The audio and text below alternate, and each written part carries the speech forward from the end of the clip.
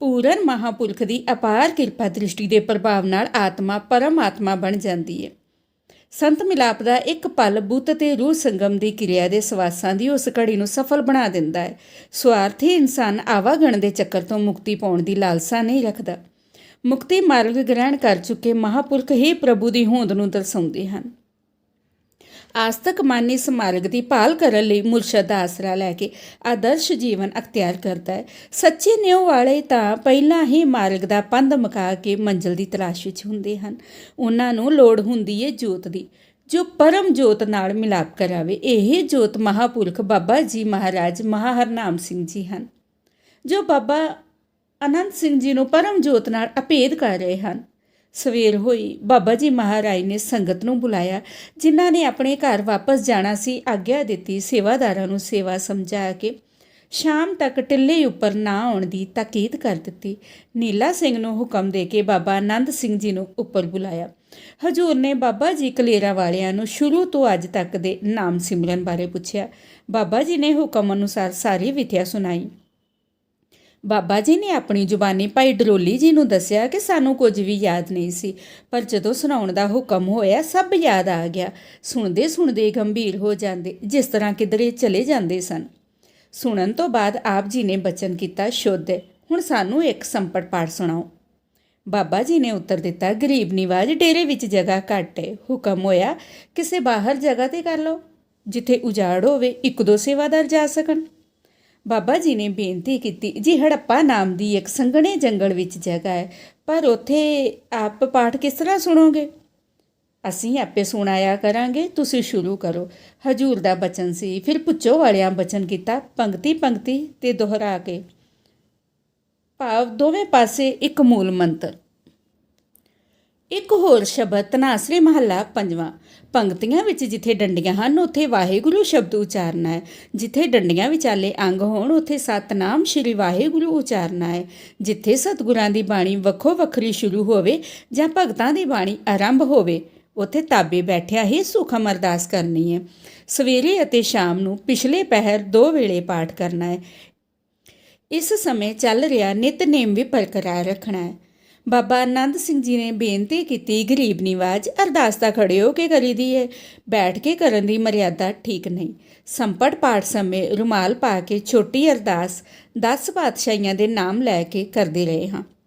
ਹੁਕਮ ਹੋਇਆ ਸੁਖਮ ਅਰਦਾਸ ਇੱਕ ਹੋਰ ਹੈ, ਜੋ ਗੁਰੂ ਨਾਨਕ ਪਾਤਸ਼ਾਹ ਦੇ ਸਮੇਂ ਹੋਇਆ ਕਰਦੀ ਸੀ। ਉਹ ਇਹ ਹੈ, ਸਤਿ ਸ਼੍ਰੀ ਅਕਾਲ ਪੁਰਖ ਜੀ ਦਾ ਧਿਆਨ ਧਰ ਕੇ ਬੋਲੇ ਜੀ ਸ਼੍ਰੀ ਵਾਹਿਗੁਰੂ। ਹੇ ਅਕਾਲ ਪੁਰਖ ਅੰਤਰਜਾਮੀ ਸੱਚੇ ਪਾਤਸ਼ਾਹ ਜੀ ਦੇ ਹਜ਼ੂਰ। ਜਿਸ ਬਾਣੀ ਦਾ ਪਾਠ ਹੋਵੇ ਉਹਦਾ ਨਾਮ ਲੈ ਕੇ ਪਾਠ ਜੀ ਕੀ ਅਰਦਾਸ, ਭੁੱਲ ਚੁੱਕ ਮਾਫ ਤੇਰੇ ਚਰਨ ਕਮਲਾਂ ਪਾਸ। ਪੜ੍ਹਦੇ ਸੁਣਦੇ ਸਰਬੱਤ ਲਾਹੇਵੰਦ, ਨਾਨਕ ਨਾਮ ਚੜ੍ਹਦੀ ਕਲਾ, ਤੇਰੇ ਭਾਣੇ ਸਰਬੱਤ ਦਾ ਭਲਾ। ਉਸ ਸਮੇਂ ਪਹਿਲੇ ਪਾਤਸ਼ਾਹ ਆਪਣਾ ਨਾਮ ਨਹੀਂ ਲਿਆ ਕਰਦੇ ਸਨ। ਦੂਸਰੇ ਪਾਤਸ਼ਾਹ ਸ਼੍ਰੀ ਗੁਰੂ ਅੰਗਦ ਦੇਵ ਜੀ ਨੇ ਗੁਰੂ ਨਾਨਕ ਨਾਮ ਦੀ ਮਰਿਆਦਾ ਚਲਾਈ। ਅੱਗੇ ਪਿਛਲੇ ਗੁਰੂਆਂ ਦਾ ਨਾਮ ਲੈ ਕੇ ਅਰਦਾਸ ਬਣਦੀ ਗਈ। ਤੁਸੀਂ ਸਿਰਫ ਪਹਿਲੇ ਪਾਤਸ਼ਾਹ ਦੇ ਨਾਮ ਨਾਲ ਅਰਦਾਸ ਕਰਨੀ ਹੈ। ਬਾਬਾ ਜੀ ਨੇ ਬੇਨਤੀ ਕੀਤੀ, ਮਹਾਰਾਜ, ਜੇ ਗੁਰੂ ਨਾਨਕ ਪਾਤਸ਼ਾਹ ਨੇ ਆਪਣਾ ਨਾਮ ਨਹੀਂ ਪਾਇਆ ਤਾਂ ਨਾਨਕ ਨਾਮ ਚੜ੍ਹਦੀ ਕਲਾ, ਤੇਰੇ ਭਾਣੇ ਸਰਬੱਤ ਦਾ ਭਲਾ ਵਿੱਚ ਨਾਨਕ ਦਾ ਕੀ ਭਾਵ ਹੈ? ਨਾਨਕ ਪਦ ਦਾ ਅਰਥ ਕੇਵਲ ਪਹਿਲੇ ਸਤਿਗੁਰੂ ਹੀ ਨਹੀਂ, ਇੱਥੇ ਭਾਵ ਜਨਮ ਮਰਨ ਦੁੱਖ ਸੁੱਖ ਤੋਂ ਰਹਿਤ ਹੈ। ਇਸ ਤਰ੍ਹਾਂ ਹਜ਼ੂਰ ਨੇ ਮਰਿਆਦਾ ਸਮਝਾਈ। ਸਾਰੇ ਬਾਣੀ ਵਿੱਚ ਸਾਰੀਆਂ ਬਾਣੀਆਂ ਉਚਾਰਨ ਕਰਨ ਵਾਲੀਆਂ ਪਾਤਸ਼ਾਹੀਆਂ ਨੇ ਨਾਨਕ ਪਦ ਹੀ ਵਰਤਿਆ ਹੈ। 3 ਤਰ੍ਹਾਂ ਲਿਖਿਆ ਹੈ, ਨਾਨਕ, ਨਾਨਕ ਕੱਕੇ ਨੂੰ ਸਿਹਾਰੀ, ਨਾਨਕ ਕੱਕੇ ਨੂੰ ਔਂਕੜ। ਰਾਮਕਲੀ ਰਾਗ ਆਨੰਦ ਸਾਹਿਬ ਦੀਆਂ 39 ਪੌੜੀਆਂ ਵਿੱਚ ਨਾਨਕ ਕੱਕੇ ਨੂੰ ਔਂਕੜ ਉਚਾਰਿਆ ਗਿਆ ਹੈ। ਸਾਧ ਸੰਗ ਨਾਨਕ ਰੰਗ ਮਾਣਿਆ, ਘਰ ਆਇਆ ਪੂਰੇ ਗੁਰ ਆਣਿਆ। ਬਿਲਾਵਲ ਮਹੱਲਾ ਪੰਜਵਾਂ, ਅੰਗ 806। ਇਸ ਸ਼ਬਦ ਵਿੱਚ ਨਾਨਕ ਕੱਕੇ ਨੂੰ ਸਿਹਾਰੀ ਨਾਲ ਹੈ। ਕਹੇ ਨਾਨਕ ਆਨੰਦ ਹੋਆ, ਸਤਿਗੁਰੂ ਮੈਂ ਪਾਇਆ। ਰਾਮਕਲੀ ਮਹੱਲਾ ਤੀਜਾ, ਆਨੰਦ, ਅੰਗ 917। ਇਸ ਸ਼ਬਦ ਵਿੱਚ ਨਾਨਕ ਕੱਕੇ ਨੂੰ ਔਂਕੜ ਨਾਲ ਹੈ। ਇੱਕ ਟੁਕ ਮਾਤਰ ਬਾਣੀ ਦੇ ਪ੍ਰਮਾਣ ਦਿੱਤੇ ਹਨ। ਜੇ ਕੋਈ ਸ਼ੰਕਾ ਕਰੇ ਕਿ ਬਾਕੀ ਸਤਿਗੁਰਾਂ ਦੇ ਨਾਮ ਨਾ ਉਚਾਰਨੇ ਮਦਮਤ ਹੈ ਇਹ ਮਨਮਤ ਨਹੀਂ, ਗੁਰਮਤ ਹੈ। ਅਰਦਾਸ ਦੇ ਸਮੇਂ ਨਾਨਕ ਨਾਮ ਚੜ੍ਹਦੀ ਕਲਾ, ਤੇਰੇ ਭਾਣੇ ਸਰਬੱਤ ਦਾ ਭਲਾ, ਸਿਰਫ ਇੱਕ ਹੀ ਨਾਮ ਹੈ ਜੋ ਆਦਿ ਸਤਿਗੁਰਾਂ ਦੇ ਸਮੇਂ ਤੋਂ ਲੈ ਕੇ ਅੱਜ ਤੱਕ ਪ੍ਰਚਲਿਤ ਹੈ।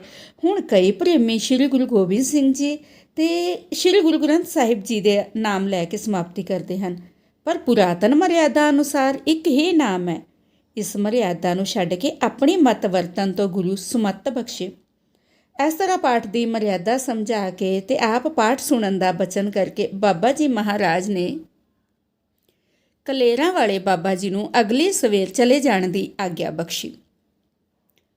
ਸਾਖੀ ਕੰਨਿਆ ਬੀਬੀ ਸਾਹਿਬ ਕੌਰ ਜੀ। ਮਠਦਾਦੂ ਪਿੰਡ ਦੇ ਵਾਸੀ ਸਰਦਾਰ ਭੰਗਾ ਸਿੰਘ ਤੇ ਮਾਤਾ ਕਿਸ਼ਨ ਕੌਰ ਦੇ ਘਰ ਕੰਨਿਆ ਬੀਬੀ ਸਾਹਿਬ ਕੌਰ ਨੇ ਜਨਮ ਲਿਆ। ਛੋਟੀ ਉਮਰ ਵਿੱਚ ਮਾਤਾ ਕਿਸ਼ਨ ਕੌਰ ਜੀ ਅਕਾਲ ਚਲਾਣਾ ਕਰ ਗਏ। ਪਿਤਾ ਨੇ ਦੂਸਰੀ ਸ਼ਾਦੀ ਕਰਵਾ ਲਈ ਤਾਂ ਬੀਬੀ ਦੀ ਪਾਲਣਾ ਉਹਨਾਂ ਦੀ ਦਾਦੀ ਨੇ ਕੀਤੀ। ਬੀਬੀ ਦਾ ਜਨਮ ਸਥਾਨ ਪਿੰਡ ਪੂਹਲਾ ਪੁੱਚੋ ਤੋਂ 6 ਕਿਲੋਮੀਟਰ ਤੇ ਹੈ। ਬੀਬੀ ਦੇ ਨਾਨਾ ਜੀ ਸਰਦਾਰ ਭਾਗ ਸਿੰਘ ਪੱਤੀ ਤਜੇਕੇ ਦੇ ਸਨ। ਆਪ ਜੀ ਦੀ ਨਾਨੀ ਮਾਈ ਚੰਦ ਕੌਰ ਜੋ ਬਾਬਾ ਜੀ ਦੇ ਦਰਸ਼ਨ ਕਰਨ ਨਹੀਂ ਆਇਆ ਕਰਦੀ ਸੀ। ਸੰਸਾਰੀ ਪਦਾਰਥਾਂ ਨਾਲ ਭਰਪੂਰ, ਸਾਰੇ ਸੁੱਖ ਪ੍ਰਾਪਤ ਵਾਲਾ ਪਰਿਵਾਰ, ਪਰ ਸਤਸੰਗ ਦੀ ਕੋਈ ਲਗਨ ਨਹੀਂ। ਇਹੋ ਜਿਹੇ ਪਰਿਵਾਰ ਵਿੱਚ ਜਨਮ ਹੋਇਆ। ਬੀਬੀ ਆਪਣੇ ਮਾਮਾ ਜੀ ਦੇ ਲੜਕੇ ਦੀ ਸ਼ਾਦੀ ਪੋਹਲੇ ਆਏ। ਰਾਤ ਨੂੰ ਅਚਾਨਕ ਆਪ ਮੰਜੇ ਤੋਂ ਡਿੱਗ ਪਏ। ਘਰ ਦੇ ਰਿਸ਼ਤੇਦਾਰਾਂ ਨੇ ਸਮਝਿਆ ਕਿ ਗਰਮੀ ਦਾ ਧੱਕਾ ਲੱਗ ਗਿਆ ਹੋਏਗਾ। ਸਿਰ ਵਿੱਚ ਪਾਣੀ ਪਾਉਣਾ ਸ਼ੁਰੂ ਕਰ ਦਿੱਤਾ, ਪਰ ਪਾਣੀ ਪਾਉਣ ਨਾਲ ਕੋਈ ਆਰਾਮ ਨਾ ਆਇਆ।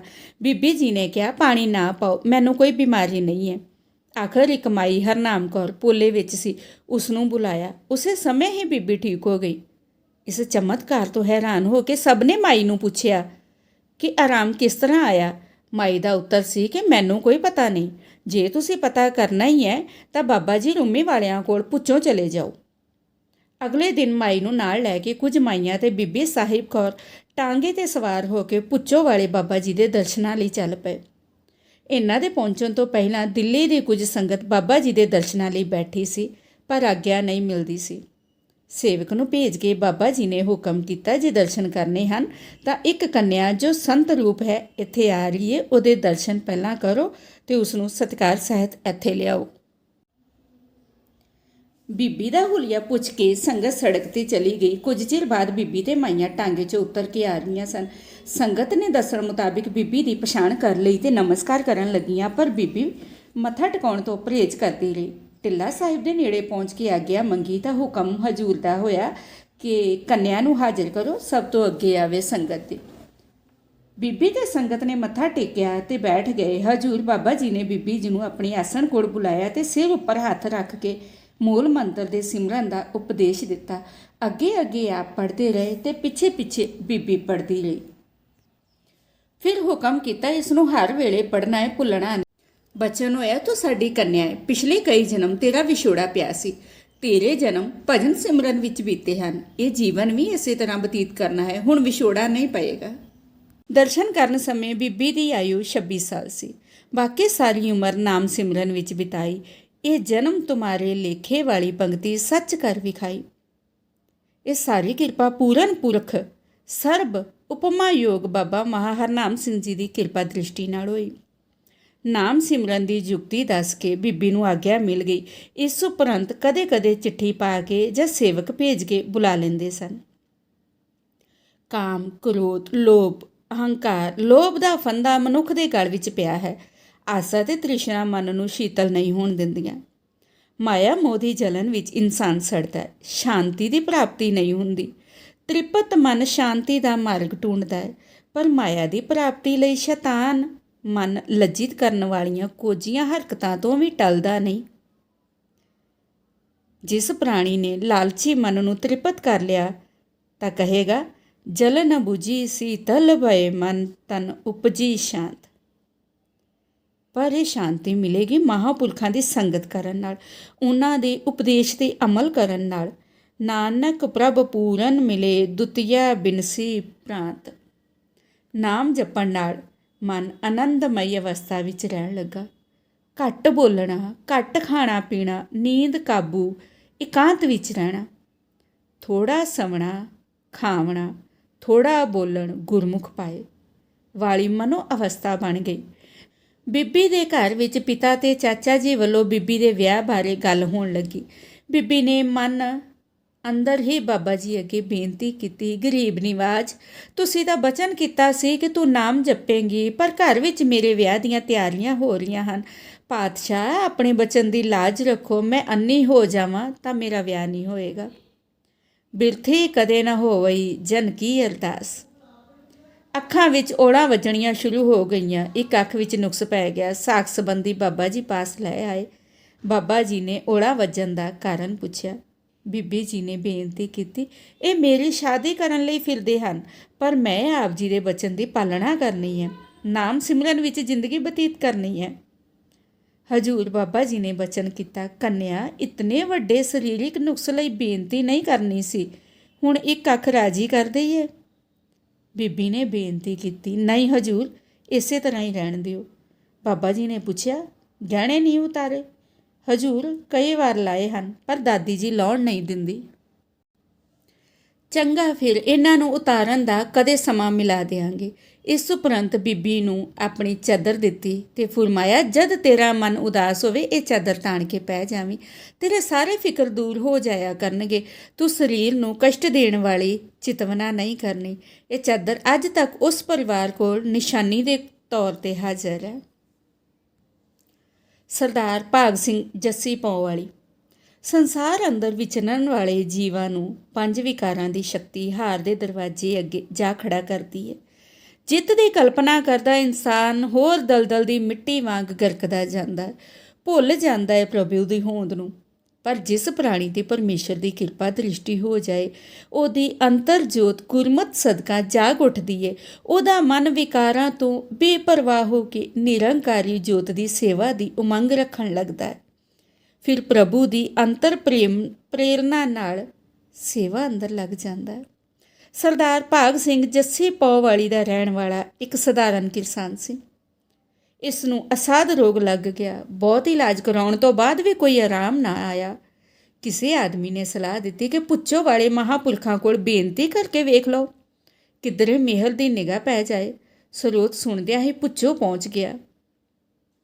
ਨਮਸਕਾਰ ਕਰਨ ਉਪਰੰਤ ਦੁੱਖ ਤਕਲੀਫ ਹਜੂਰ ਅੱਗੇ ਦੱਸੀ। ਦੀਨ ਦਿਆਲ ਪਾਤਸ਼ਾਹ ਨੇ ਇਸ ਨੂੰ ਮਟਕੀ ਦਾ ਜਲ ਛਕਾਇਆ ਤੇ ਸ਼ਰ੍ਹਾਂ ਕੀਤੀ ਤਾਂ ਤਕਲੀਫ ਉਸੇ ਸਮੇਂ ਦੂਰ ਹੋ ਗਈ। 2 ਦਿਨ ਇੱਥੇ ਰਹਿਣ ਤੋਂ ਬਾਅਦ ਭਾਗ ਸਿੰਘ ਨੇ ਆਗਿਆ ਮੰਗੀ। ਬਾਬਾ ਜੀ ਨੇ ਬਚਨ ਕੀਤਾ, ਇਹ ਤੇਰਾ ਕਿਸੇ ਜਨਮ ਦੇ ਪਾਪਾਂ ਦਾ ਫਲ ਸੀ, ਰੋਗ ਦੇ ਰੂਪ ਵਿੱਚ ਲੱਗਿਆ ਸੀ, ਹੁਣ ਸੇਵਾ ਕਰਕੇ ਪੁੰਨ ਵਧਾ ਲਓ। ਭਾਗ ਸਿੰਘ 7 ਬਚਨ ਕਹਿ ਕੇ ਸੇਵਾ ਵਿੱਚ ਲੱਗ ਗਿਆ। ਕਈ ਸਾਲ ਸੇਵਾ ਕਰਦਾ ਰਿਹਾ। ਇੱਕ ਦਿਨ ਭਾਗ ਸਿੰਘ ਸੇਵਾ ਵਿੱਚ ਬਾਬਾ ਜੀ ਦੇ ਆਸਣ ਕੋਲ ਬੈਠਾ ਸੀ। ਅਚਾਨਕ ਬਾਬਾ ਜੀ ਉੱਠ ਕੇ ਖੜੇ ਹੋ ਗਏ ਤੇ ਬਚਨ ਕਰਨ ਲੱਗੇ, ਹਰੇ ਹਰੇ। ਇਸ ਤਰ੍ਹਾਂ ਕਈ ਵਾਰ ਕੀਤਾ ਤਾਂ ਭਾਗ ਸਿੰਘ ਨੇ ਬੇਨਤੀ ਕਰ ਦਿੱਤੀ, ਮਹਾਰਾਜ, ਇਹ ਕੀ ਕੌਤਕ ਹੈ, ਤੁਸੀਂ ਵਾਰ-ਵਾਰ ਹਰੇ ਹਰੇ ਖੜੇ ਹੋ ਕੇ ਜਪਦੇ ਹੋ। ਬਾਬਾ ਜੀ ਨੇ ਬਚਨ ਕੀਤਾ, ਇਹ ਸਾਡੀ ਆਪਣੀ ਗੱਲ ਹੈ। ਭਾਗ ਸਿੰਘ ਚੁੱਪ ਕਰ ਗਿਆ। ਸਮੇਂ ਬਾਅਦ ਉਸਨੇ ਫਿਰ ਪੁੱਛਿਆ, ਆਪਨੇ ਫਿਰ ਚੁੱਪ ਕਰਾ ਦਿੱਤਾ। ਵਾਰ-ਵਾਰ ਪੁੱਛਣ ਤੇ ਕਹਿਣ ਲੱਗੇ, ਤੂੰ ਬਹੁਤ ਜਿੱਦੀ ਹੈ, ਪੁੱਛਣ ਤੋਂ ਨਹੀਂ ਹਟਦਾ, ਅੱਜ ਤੈਨੂੰ ਅੱਖੀਂ ਵਿਖਾ ਦਿੰਦੇ ਹਾਂ। ਉਸ ਸਮੇਂ 2 ਬੀਬੀਆਂ, ਬੀਬੀ ਸਾਹਿਬ ਕੌਰ ਦਾਦੂ ਮੱਠ ਵਾਲੀ ਤੇ ਇੱਕ ਹੋਰ ਸੀ। ਬਾਬਾ ਜੀ ਨੇ ਹੁਕਮ ਕੀਤਾ, ਦੇਵੀ ਤੁਸੀਂ ਚਲੇ ਜਾਓ, ਅਸੀਂ ਆਪਣੀ ਲੀਲਾ ਕਰਨੀ ਹੈ। ਬੀਬੀਆਂ ਦੇ ਚਲੇ ਜਾਣ ਉਪਰੰਤ ਬਾਬਾ ਜੀ ਨੇ ਭਾਗ ਸਿੰਘ ਨੂੰ ਕੋਲ ਬੁਲਾ ਲਿਆ ਤੇ ਬਚਨ ਕੀਤਾ, ਲੈ ਦੇਖ ਲੈ, ਜੋ ਦੇਖਣਾ ਚਾਹੁੰਦਾ ਹੈ, ਅਸੀਂ ਖੜੇ ਹੁੰਨੇ ਹਾਂ। ਬਾਬਾ ਜੀ ਦੇ ਖੜੇ ਹੋਣ ਤੋਂ ਪਹਿਲਾਂ ਭਾਗ ਸਿੰਘ ਕੀ ਵੇਖਦਾ ਹੈ ਕਿ ਹਾਥੀ ਘੋੜਿਆਂ ਉੱਤੇ ਸਵਾਰ ਰੱਥਾਂ ਵਿੱਚ ਬੇਅੰਤ ਲੋਕ ਆ ਰਹੇ ਹਨ। ਉਹ ਲੰਘ ਗਏ ਪਰ ਆਪ ਬੈਠੇ ਰਹੇ। ਪਿੱਛੋਂ ਬੜੇ ਹੀ ਅਚਰਜ ਸਰੂਪ ਅਚਰਜ ਸਵਾਰੀ 'ਤੇ ਸਵਾਰ ਹੋ ਕੇ ਆ ਰਹੇ ਹਨ। ਬਾਬਾ ਜੀ ਖੜੇ ਹੋ ਕੇ ਮੁਖ ਤੋਂ ਬੋਲੇ, ਹਰੇ ਹਰੇ। ਇਸ ਤਰ੍ਹਾਂ ਦੁਪਹਿਰ ਤੋਂ ਸ਼ਾਮ ਤੱਕ ਚੱਲਦਾ ਰਿਹਾ। ਦਿਵ ਸਰੂਪ ਆਉਂਦਾ ਤਾਂ ਹਜੂਰ ਖੜੇ ਹੋ ਕੇ ਬਚਨ ਕਰਦੇ, ਹਰੇ, ਨਹੀਂ ਤਾਂ ਬੈਠੇ ਰਹਿੰਦੇ। ਸ਼ਾਮ ਨੂੰ ਹਜੂਰ ਨੇ ਬਚਨ ਕੀਤਾ, ਦੇਖ ਲਿਆ ਕਿ ਅਜੇ ਹੋਰ ਵੇਖਣਾ ਹੈ। ਭਾਗ ਸਿੰਘ ਨੇ ਮਾਫੀ ਮੰਗੀ ਤੇ ਕਿਹਾ, ਹਜੂਰ, ਤੁਹਾਡੀਆਂ ਤੁਸੀਂ ਹੀ ਜਾਣੋ, ਗਰੀਬ ਨਿਵਾਜ ਸਾਨੂੰ ਕਲਯੁਗੀ ਜੀਵਾਂ ਨੂੰ ਕੀ ਪਤਾ ਹੈ। ਰਜਿਸਟਰਾਂ ਵਿੱਚ ਨਾਮ ਲਿਖਣੇ। ਸ੍ਰਿਸ਼ਟੀ ਸਾਜਣਹਾਰ ਛਿਨ ਮਾਤਰ ਵਿੱਚ ਇਨਸਾਨੀ ਆਤਮਾ ਦਾ ਪਹਿਰਾਵਾ ਬਦਲ ਦੇਣ ਵਾਲਾ, ਪ੍ਰਤੱਖ ਰੂਪ ਵਿੱਚ ਧਰਤੀਆਂ, ਆਕਾਸ਼, ਹਵਾ, ਪਾਣੀ ਅਤੇ ਲੋਕ ਪਰਲੋਕ ਦੀ ਸ਼ਕਲ ਅੰਦਰ ਮਨੁੱਖ ਦੇ ਸਾਹਮਣੇ ਹੈ। ਆਸਾ ਤ੍ਰਿਸ਼ਨਾ ਦੀਆਂ ਲਹਿਰਾਂ ਵਿੱਚ ਗੋਤੇ ਖਾਂਦੇ ਇਨਸਾਨ ਦਾ ਤਮਾਸ਼ਾ ਖੁਦ ਮਹਾਂਪੁਰਖਾਂ ਦੇ ਪਹਿਰਾਵੇ ਵਿੱਚ ਆ ਕੇ ਵੇਖਦਾ ਹੈ। ਪੂਰਬਲੇ ਕਰਮਾਂ ਦੇ ਬਲੀ ਇਹੋ ਜਿਹੇ ਮਹਾਂਪੁਰਖ ਦੀ ਸੇਵਾ ਵਿੱਚ ਆਉਂਦੇ ਹਨ। ਆਗਿਆ ਵਿੱਚ ਰਹਿ ਕੇ ਲੋਕ ਪਰਲੋਕ ਦੇ ਸੁੱਖ ਪ੍ਰਾਪਤ ਕਰਦੇ ਹਨ। ਜਦ ਤੱਕ ਉਸ ਨੂੰ ਮਹਾਂਪੁਰਖਾਂ ਵਿੱਚੋਂ ਪ੍ਰਭੂ ਦੀ ਝਾਤ ਪੈਂਦੀ ਹੈ।